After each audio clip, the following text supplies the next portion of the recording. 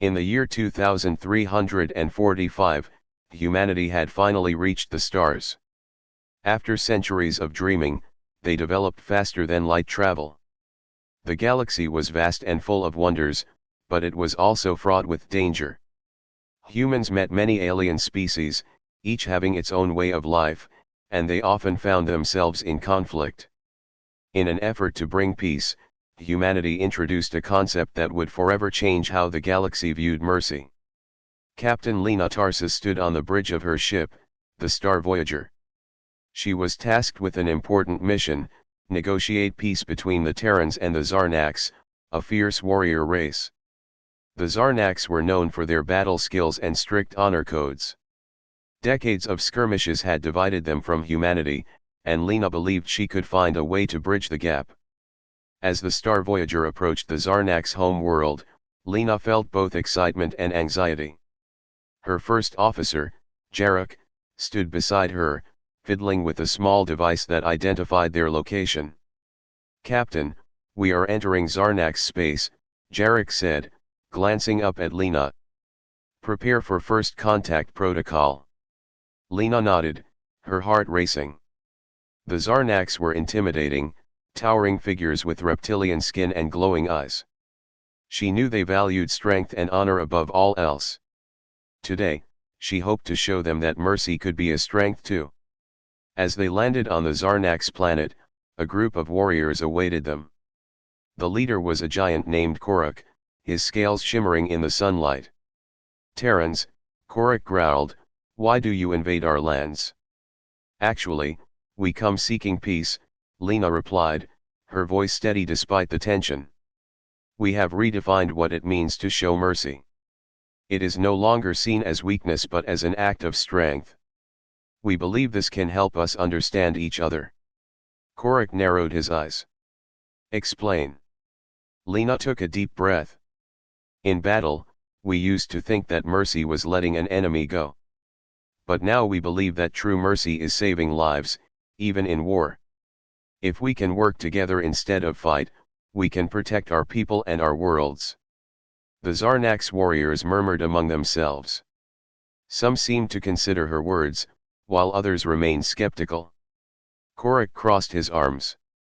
"You speak of mercy, but our honor calls us to fight. Show us your strength." Lena understood the challenge. "Very well. Let us compete in a trial of strength. But it will not be a battle of blood. Instead, let's see who can solve the greatest challenge. This way, we honor our strengths and protect our people." A tournament was planned. To the Zarnax, it was a strange request, but the idea of a test pleased them. Lena and her crew had to design a challenge that focused on cooperation, strategy, and intelligence. As the day of the tournament arrived, a crowd gathered. Lena was nervous as she stood in the arena, facing Koruk and his finest warriors. "The challenge is to construct a shelter that can withstand any force," Lena announced. "You will work with your Terran counterparts." The warriors looked confused, but nodding heads showed willingness. Teams were formed, mixing humans and Zarnax. They had to communicate, learn from each other, and create a solid structure. Lena placed her faith in her crew, who quickly began to share ideas. Initially, the Zarnax were reluctant to listen to the humans. They wanted to rely on their brute strength. But as the minutes passed, the Terrans showed creativity, using materials in innovative ways. With guidance from Lena and Jarek, a bond began to form between the teams. Lena watched as Koruk worked beside her chief engineer, May. They were struggling with a big beam. Koruk pushed with all his might, but it wouldn't move. Just then, May suggested a pulley system. "If we pull it this way, it'll work much better," she said. Koruk growled but nodded. With teamwork, they set the beam in place. A small victory ignited a spark among the warriors. They began to respect the humans and started sharing their own ideas. As the challenges grew more complex, the teams developed not just skills but relationships. They laughed, learned, and respected each other, realizing that their combined strength was far greater than any individual skill. The final challenge was to withstand a simulated storm. Thankful for their hours of preparation, the team's combined efforts, some found structural weaknesses to strengthen, while others learned how to build a clever drainage system. When the storm hit, their shelter held firm, demonstrating the power of mercy through cooperation. At the end of the day, the crowd cheered, uniting the two races. Korak approached Lena, his expression softening. "You have taught us that mercy is strength. We have much to learn from you, Terrans." Lena nodded, pride filling her heart. "And we have much to learn from you. Together, we can protect our worlds without the need for constant war." As peace blossomed between the Zarnax and Terrans, the galaxy watched in awe. Other species who had once looked at mercy as naive began to embrace it. They learned from the Alliance of Peace, realizing that mercy was not just about saving lives but about weaving new bonds of strength. Captain Lena Tarsis had inadvertently transformed the cosmos. Where battles once raged, seeds of understanding were planted. Now, across the stars, empathy became a weapon against hatred, and the legacy of mercy gave hope to countless worlds craving peace. Years later, stories of Lena and Korak traveled far and wide. They were celebrated as heroes, reminding everyone that true strength lies in the courage to show mercy and forge connections. The galaxy learned that mercy was more than a word, it was a path to unity, and it began with one brave captain willing to redefine what it meant to be strong. The year is 2742. Humans, once a fledgling species clinging to a single blue planet, had become a galactic power. Their rise was meteoric, fueled by a relentless drive for exploration and a unique understanding of warfare. Their ships, sleek and efficient, were feared across the cosmos not for their firepower, but for their strategy. The Kadar, a race of towering insectoids with chitinous armor and razor-sharp mandibles, learned this the hard way. The Kadar were conquerors, their history a tapestry woven with threads of subjugation and brutal efficiency. They saw the human expansion into their territory as an insult, a challenge to their dominion. Their first attack was swift and brutal, overwhelming human outposts on the fringes of explored space. They expected swift surrender, a display of pathetic weakness. Instead, they found themselves facing a different kind of enemy. General Eris Thorn, a human strategist renowned for his unconventional tactics, was put in charge of the defense. Thorn didn't believe in overwhelming force. He believed in overwhelming the enemy's will. His strategy was born not from hate but from a cold, calculated understanding of the Kadar's psychology. He studied their history, their culture, their very way of thinking. He discovered their rigid adherence to a code of honor, a concept they ironically twisted into justification for their conquests. The first battle was a stalemate. The humans, outnumbered and outgunned, used guerrilla tactics, striking at undefended points and exploiting the Kadar's overconfidence. They inflicted heavy casualties but suffered losses as well. Then came Thorn's pivotal move. He issued a declaration, a proclamation broadcast across the Kadar-controlled space: mercy is a war crime. The Kadar, initially confused, interpreted this as a declaration of utter brutality, a promise of annihilation. They expected no quarter, no prisoners, only total war. But Thorn had a different plan. He began a campaign of targeted strikes, crippling their supply lines, disabling their communication networks, and destroying their strategic assets. Each successful operation ended not with a massacre, but with a single, carefully chosen act of mercy. He'd liberate a planet from their oppressive rule, providing aid to the subjugated people and leaving the Kadar forces to flee in disorganized chaos. He'd rescue a handful of Kadar prisoners of war, treating them with unexpected respect and giving them the chance to understand the human concept of mercy. Each such act was carefully documented and broadcast across the galaxy. The confusion amongst the Kadar leadership was palpable. Their code of honor dictated that mercy was weakness, a sign of surrender. The humans, however, were demonstrating an entirely new kind of power, the power to show compassion even in the midst of war, the power to destabilize a civilization through acts of unexpected benevolence. This created a rift within the Kadar hierarchy. Some saw this as a cunning tactic, a means to break their resolve. Others felt it was a weakness to be exploited. The debate consumed their war council, slowing their strategic decision-making. Meanwhile, human scientists had made a breakthrough. They had developed a weapon that harnessed a previously unknown form of energy, capable of disabling Kadar technology without causing harm to their physical bodies. This weapon was deployed sparingly, only to prevent further unnecessary bloodshed. This reinforced their message of selective mercy. A high-ranking Kadar general, Xylar, witnessed one such act of mercy firsthand. He had led a brutal raid on a human colony, expecting the usual savage retaliation. Instead, he saw the humans offering medical aid to the wounded, both human and Kadar, and providing shelter to the survivors. He observed the Kadar prisoners being treated with dignity, offered food and medical care, something unheard of in their history.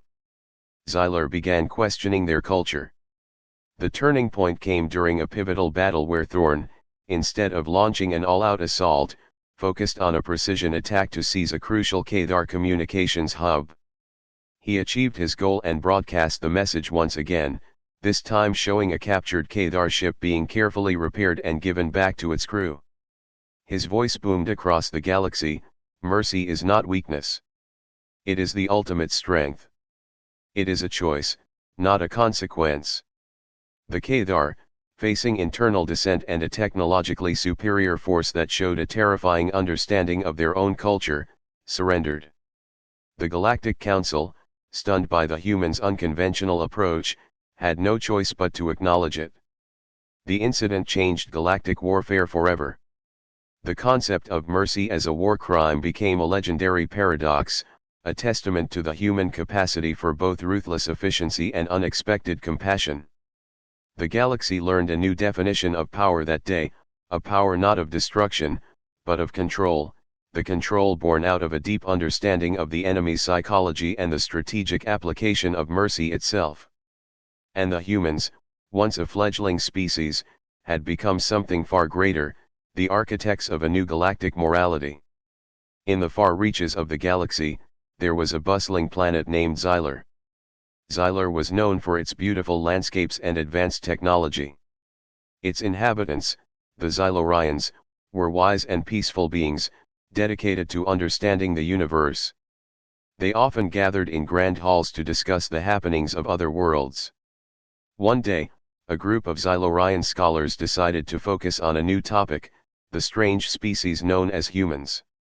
They had seen humans engage in wars, but now they had come across a troubling concept, the idea that mercy was being labeled as a war crime. The news puzzled them, and they were eager to learn more. At the center of this group was a young scholar named Talia. Talia had always been fascinated by humans. She had read many reports about their emotions and behaviors. Sitting with her colleagues, she presented her findings about a recent human world called Earth. Humans have begun to redefine mercy, she explained. They now consider it a crime in certain situations. Her fellow scholars gasped. "How can this be?" asked a wise elder named Orin. "Mercy has always been a virtue, a sign of strength and compassion." Talia nodded. "I agree. But it seems that in their wars, some humans believe that showing mercy could weaken their cause. They think that it allows their enemies to regroup and fight back. This leads to brutal decisions." A debate erupted among the scholars. Some argued that war should be fought with honor, while others believed that the harshest approaches would win battles quickly. Talia felt the weight of their discussion and decided they needed to learn firsthand about this term, mercy, and what it meant to humans. With the help of the Xylorian Council, they arranged a visit to Earth. They crafted a starship capable of interstellar travel.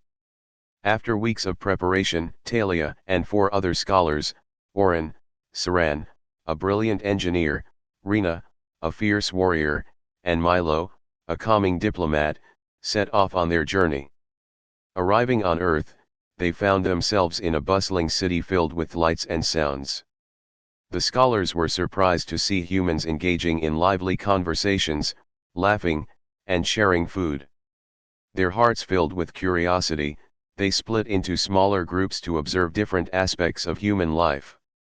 Talia and Rena ventured to a local community center where there was an open discussion about ongoing global conflicts.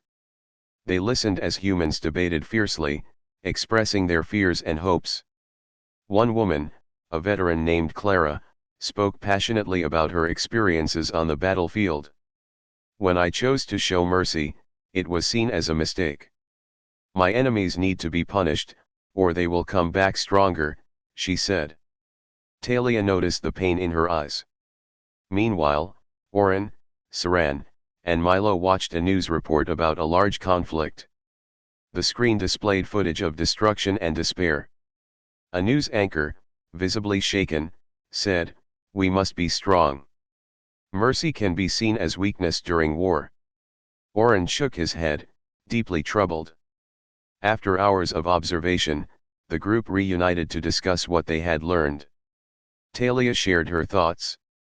Humans seem conflicted about mercy. They understand it can bring healing, but they fear it will lead to more violence. They don't want to be seen as weak. Rena added, "But is that truly effective? Mercy could save lives and end cycles of violence." Milo nodded, "We must show them that mercy is strength. Maybe through our differences, we can help them see." Determined to spread their message, the Xylorian scholars organized a seminar in the community center. They invited people from all walks of life, including veterans, politicians, and students. Talia stood at the front of the room, her heart racing. "We come from a distant planet, and we have witnessed your struggles. We believe in the power of mercy." She went on to define mercy not as a weakness but as a powerful tool for peace. Mercy can transform enemies into allies. It can forge a future where love prevails over hate. The crowd listened intently, some nodding, while others looked uncertain. Clara stood up, "As someone who has fought, I know the pain of loss. But I also know the power of kindness. Can we really trust our enemies?" Saran stepped forward. "Trust is earned over time. When you show mercy, you invite dialogue. You open doors to understanding." Slowly, the atmosphere began to shift. Questions flew from the audience, but the Xylorians answered with compassion and insight. They shared stories from their own world, where mercy had led to the unification of once warring factions. The dialogue flowed well into the night. As the stars twinkled above, Talia felt a sense of hope. Perhaps the humans could learn to embrace mercy, to redefine their understanding of strength. Days passed, and the scholars worked tirelessly to build connections and understanding. After a week, they noticed a significant change in the community. Discussions of mercy took root, and some began to speak out against labeling it as a crime. Just when Talia thought all their efforts might have a lasting impact, news broke about a new conflict sparking in a neighboring country. Fears rose, and the progress made felt threatened. Clara gathered a few veterans and suggested they share their stories on social media to urge for a renewed understanding of mercy.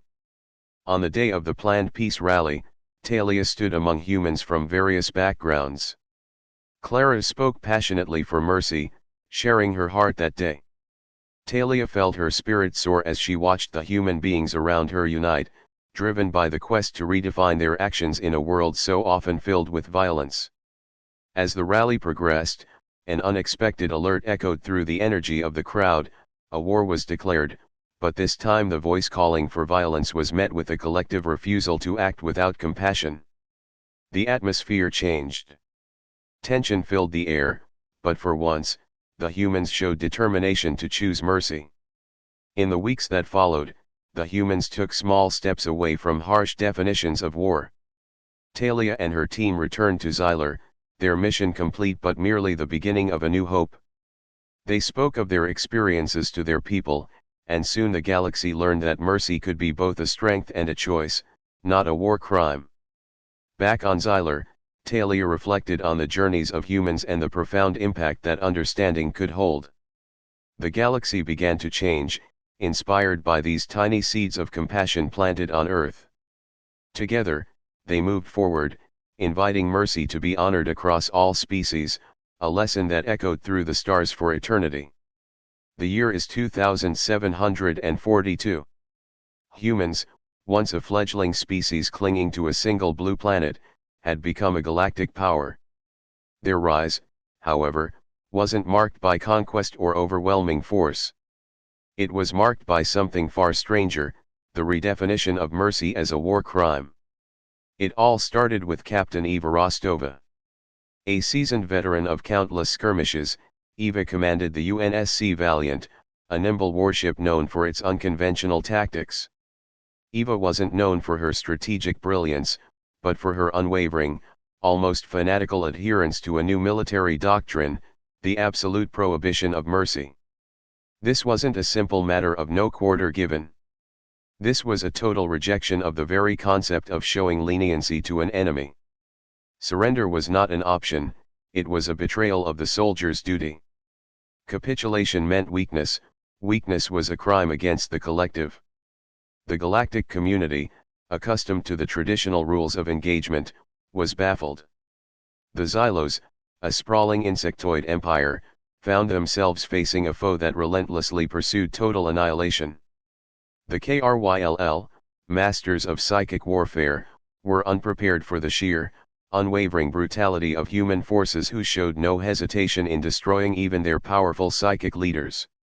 Even the ancient, enigmatic Zidonians, with their millennia of experience in galactic conflict, were caught off guard. They'd always believed that a degree of mercy was necessary to maintain order, to prevent total societal collapse. The humans, it seemed, had thrown out the rulebook entirely.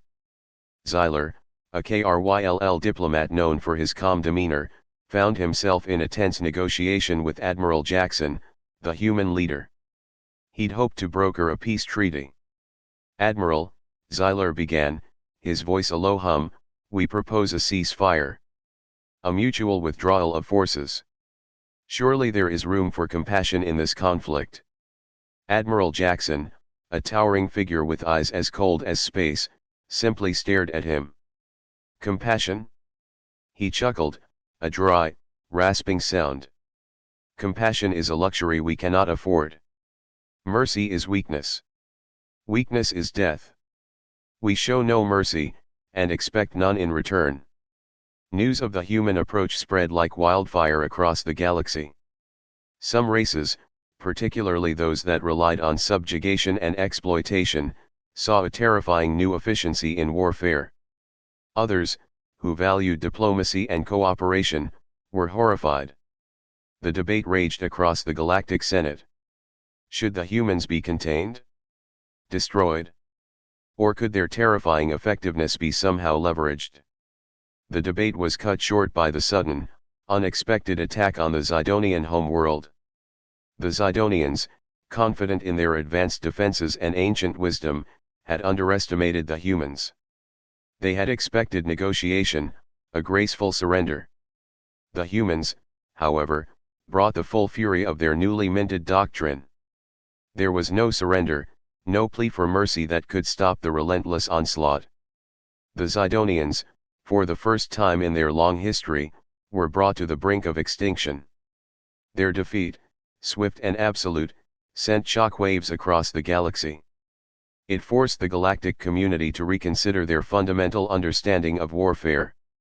Among the races most affected was the KRYLL. Their psychic powers, usually a decisive advantage, were rendered nearly useless against the determined, unflinching aggression of the human soldiers. They had believed their mental dominance would provide a shortcut to victory. Their faith in psychological warfare crumbled.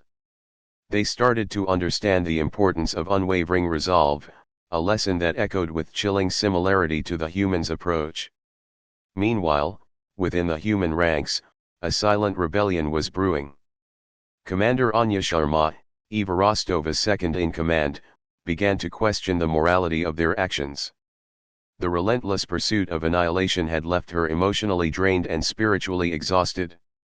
She witnessed firsthand the devastating human efficiency, but it came at a soul-crushing price. The unwavering resolve had come with a cost: the loss of something essential. She secretly began to document the psychological toll on human soldiers. Anya's reports found their way to the Galactic Senate, highlighting the human self-destruction that was being masked by their impressive war machine. The sheer cost of this doctrine, both in human lives and in its devastating impact on galactic stability, became impossible to ignore. Ultimately, a compromise was reached. Human military doctrine was amended. It was acknowledged that while showing mercy was a strategic vulnerability, absolute annihilation was unsustainable and self-defeating. The pursuit of total victory wasn't necessarily a path to galactic dominance. The galaxy had learned a valuable, and terrifying, lesson from the humans' redefinition of mercy. It learned that unwavering resolve, pushed to its extreme, could be a weapon of unparalleled power. But it also learned that even the most effective weapon can become a tool of self-destruction if unchecked. The humans, through their brutality, had inadvertently taught the galaxy a profound truth: true strength lies not in the absence of mercy, but in the careful balance between resolve and restraint. The galaxy had been changed forever by the humans' brief but decisive reign of absolute war. The cost, however, was heavy for all involved. In the year 2150, humanity had reached a tipping point in its expansion across the galaxy. After solving many problems on Earth, people looked to the stars for new opportunities. Mars, Venus, and the moons of Jupiter became homes for many. Humans, now united under a single government known as the United Earth Federation, sought out contact with alien species. They hoped to share knowledge, culture, and, importantly, peace. Captain Myra Thompson was tasked with the first official contact mission. In her starship, the Celestial Dawn, she traveled to a distant planet named Calaxia, home to a race known as the Luminari. The Luminari were a graceful species that glowed softly in the dark. They revered life and had an unusual understanding of mercy. According to them, true mercy meant preserving not just life, but dignity. Myra and her crew were eager to meet the Luminari. They docked at a shimmering space station orbiting Calaxia and were greeted by Lumira, the Luminari ambassador. Lumira was tall and elegant, her skin glimmering like stars, and her voice was soft as the wind. She welcomed Myra and her crew, leading them to an ancient council chamber filled with glowing tapestries depicting the luminaries' rich history. As discussions began, Myra learned about Luminari culture. "Mercy is at the heart of everything we do," Lumira explained. "We believe every being deserves respect and the chance to redeem themselves. Anything less is a war crime." Myra was puzzled. Could mercy truly be considered a crime? Their discussions were soon interrupted by an urgent message from Earth. A war had broken out between two alien factions in a neighboring system. Reports began to surface of planetary bombardments destroying entire cities. Myra felt a knot tighten in her stomach.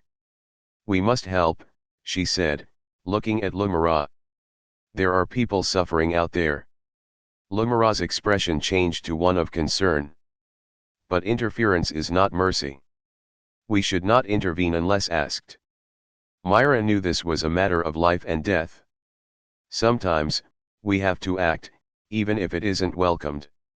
What if those innocents are counted as collateral damage? The conversation sparked heated debates among Myra's crew and the Luminari. Mostly, the humans wanted to intervene, while the Luminari insisted that mercy lay in respect for autonomy, even if it meant allowing harm.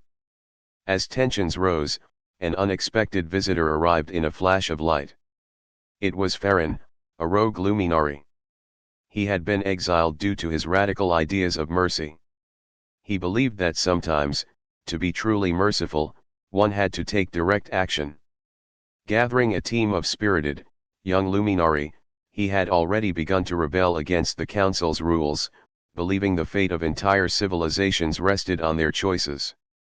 When our neighbors cry for help, to do nothing is a crime against the essence of mercy, Farron declared. His voice was strong, and his eyes burned with passion. Myra watched as the conversation shifted.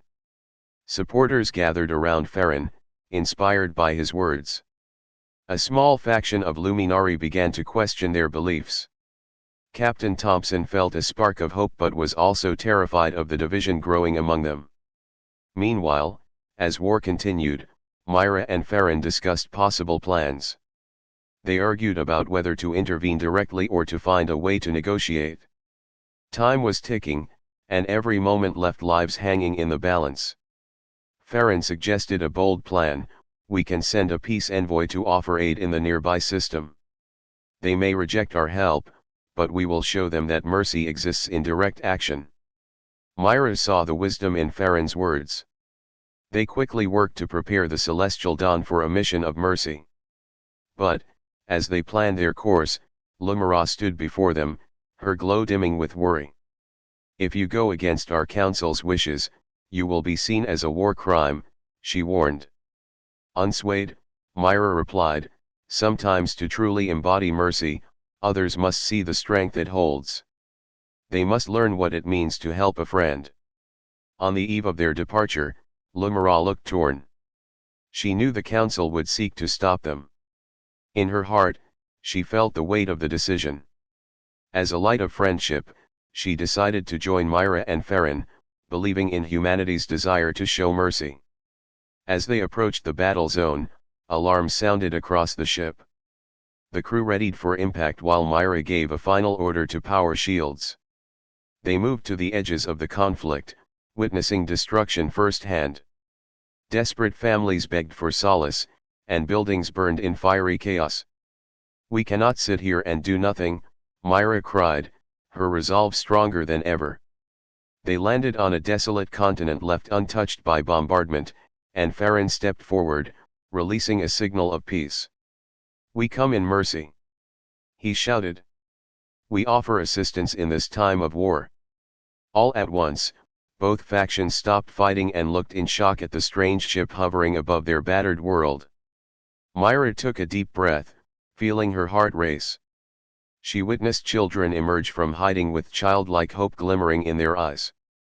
Overwhelmed by desperation and fear, one of the leaders of the opposing factions finally stepped forward. Who are you to intervene? He shouted, pointing his weapon in warning. Myra spoke with courage, we're not here to fight. We want to help. War is not the answer. The atmosphere thickened with uncertainty. Yet, as Farron continued to speak of mercy, stories of loss, and the hope for peace, eyes began to widen. In that moment, realization swept through the crowd. Slowly, the leader lowered his weapon, and one by one, the warriors on both sides followed. Finally, a fragile truce was formed that day. It was not just a moment of saving lives, it was a lesson in what mercy meant during a time of chaos. As Myra returned to Calaxia, she felt a change in the air. The Luminari had learned that sometimes true mercy required action redefined and reshaped through the lens of human experience. The galaxy was transforming, and so was the very essence of what it meant to be merciful. Life became a little brighter as both Luminari and humans understood the delicate balance of compassion and duty. Captain Myra and Lumira made an unbreakable bond, united by shared beliefs. Their journey had changed far more than just the tension between war and mercy, it set the tone and shaped future adventures across the stars. The year is 2742. Humanity, once a fledgling species clinging to a single planet, now sprawled across the Milky Way. Their rise was meteoric, fueled by a unique brand of chaotic ingenuity and a ruthlessly efficient military. But what truly set them apart, what whispered in the galactic wind and chilled ancient empires to their core, was their redefinition of mercy. The Kadar hegemony, a civilization boasting millennia of interstellar dominance, had always considered mercy a weakness. Their wars were brutal, efficient, and utterly devoid of compassion. Their conquest of the Xylos system, a bloodbath that lasted decades, was a prime example. They valued strength, survival of the fittest, and the unwavering pursuit of power. Then came humanity. Their first contact with the Kadar was unconventional. A lone human scout ship, the Stardust, stumbled upon a Kadar fleet engaged in the systematic extermination of the Xylos resistance. The Kadar, confident in their superiority, ignored the small, seemingly insignificant vessel. But Captain Eva Rostova, a woman whose eyes held the cold fire of 1,000 suns, saw an opportunity. Instead of fleeing, the Stardust launched a daring raid. It wasn't a powerful assault, it was surgically precise. Rostova targeted the Kadar's communication relays, disabling their ability to coordinate their attacks. This, coupled with a series of carefully placed EMP bursts, created chaos within the fleet. The Xylos, seizing their chance, unleashed a desperate counteroffensive. The Kadar, disorganized and reeling, suffered heavy losses. The Xylos' victory was Pyrrhic, but it was a victory nonetheless. The humans, having achieved their objective, simply disappeared back into the vastness of space. News of the event spread like wildfire across the galaxy. The Kadar, enraged by their humiliation, launched a massive search for the Stardust, vowing vengeance. But they never found her. What they did find, however, was the aftermath of Rostova's actions, the Xylos resistance, unexpectedly alive and fighting. The Kadar's meticulously planned genocide had been thwarted, not by superior force, but by a clever application of disruption and a calculated act of mercy. This was where humanity's redefinition of mercy came into play. To the Kadar, mercy was a weakness. To humanity, it was a strategic tool. They didn't show mercy out of compassion, they showed mercy to sow chaos, to empower their enemies, to destabilize their foes from within. Their mercy was a weapon of mass disruption, a calculated gamble that played on the strengths of their opponents' weaknesses. The galactic community, initially shocked by humanity's methods, began to take notice. Dr. Eris Thorne, a xenosociologist from the Peaceful and Orion Collective, dedicated years studying this phenomenon. He concluded that human mercy wasn't driven by empathy in the traditional sense. Instead, it was a sophisticated form of asymmetrical warfare. By selectively assisting weaker factions, humanity created pockets of resistance and instability in their enemies' territories, diverting resources and weakening their overall strength. The Zidonian Empire, another formidable power, initially dismissed humanity's tactics as reckless. But after a series of seemingly random interventions by human operatives within their conquered territories, they too witnessed the unsettling effectiveness of humanity's mercy. Rebellions flared up across their vast dominion, sapping their strength and forcing them to divert resources towards internal conflicts. Meanwhile, the Kadar hegemony, facing ever-increasing internal strife and struggling to maintain control over their conquered territories, found themselves on the defensive for the first time in centuries. Their meticulously crafted empire was crumbling under the weight of its own brutality, destabilized by humanity's unconventional approach to warfare. General Kale, the Kadar warlord renowned for his ruthless efficiency, found himself baffled. He studied human tactics, analyzing their seemingly random acts of mercy, trying to find the pattern, the logic behind their madness. He found none. Humanity's actions seemed chaotic, unpredictable, yet incredibly effective. The climax came unexpectedly. Humanity, having effectively destabilized the major galactic powers, announced a galactic summit. They proposed a new form of interstellar cooperation, one based on mutual respect and a complete re-evaluation of traditional warfare. They proposed a treaty. The Kadar, weakened and desperate, reluctantly agreed. The Zidonians, realizing the futility of continued conflict, joined them. Other galactic powers, witnessing the power of humanity's unconventional approach, followed suit. The Galactic Summit wasn't a celebration of peace, not exactly. It was a recognition of a new reality. Humanity's redefinition of mercy had reshaped the galactic landscape.